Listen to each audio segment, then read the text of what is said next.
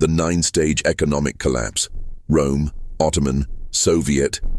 Is the US at stage 7? Three empires, three continents, 3 centuries. Rome ruled for 500 years, the Ottomans for 600, the Soviets for 70.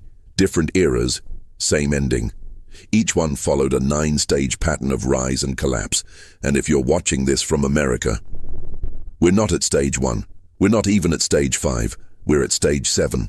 And history says, the end comes faster than anyone expects. Every empire starts to fall the same way.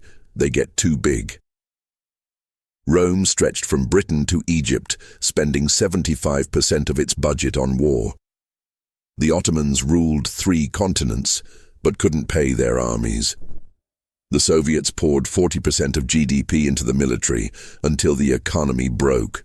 Today, the US runs 800 bases in 80 countries and spends more than the next 10 nations combined. Stage 1 is strength on the outside and weakness growing within. When empires can't afford their power, they print money. Rome mixed silver coins with cheap metal. Prices soared 200x. The Ottomans actually lost 99% of its value. The Soviets printed rubles until stores were empty. The US abandoned the gold standard in 1971. Since then, money supply exploded by 2,000%. If you had $100,000 in 2000, it's worth just $63,000 today.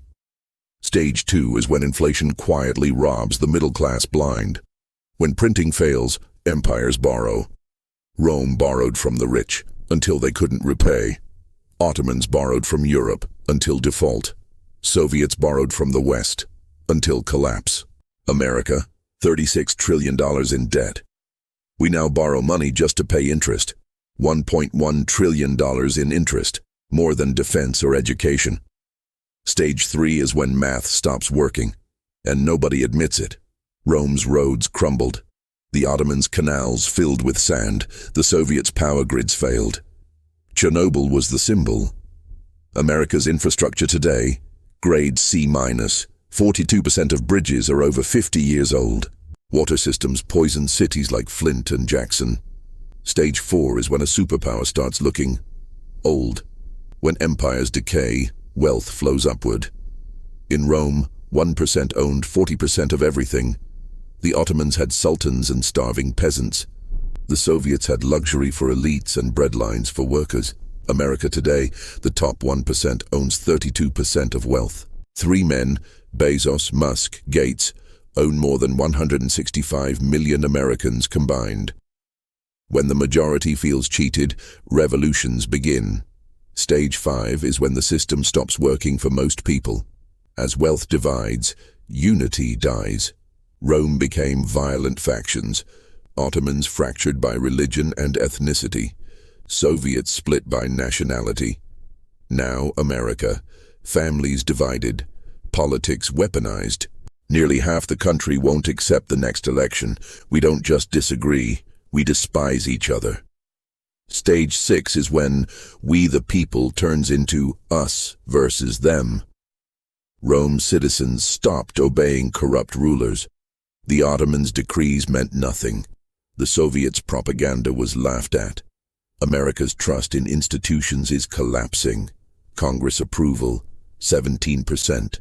Media trust, 20%. Most Americans no longer believe elections are real. Stage 7 is when laws still exist, but people stop caring. And once legitimacy dies, no empire recovers it. Collapse doesn't happen slowly, it's sudden. Rome took centuries to weaken but fell in 80 years. The Ottomans collapsed in 4, the Soviets in 6. Decades of cracks. Then the dam breaks in weeks. No empire predicts its trigger, war, debt, or disaster. Stage 8 is when it can happen here becomes it is happening now. After Rome fell, 1,000 years of darkness. After the Ottomans, the modern Middle East's endless conflict. After the Soviets, chaos, oligarchs, and poverty. If America falls, so does the global system built around the dollar. When the world's reserve currency dies, every economy trembles. Stage 9 isn't just national collapse, it's global shock. So, can America escape the pattern? Maybe. But history says few ever do. Rome could have reformed its economy. The Ottomans could have ended corruption. The Soviets could have embraced freedom. They didn't. We're at stage 7.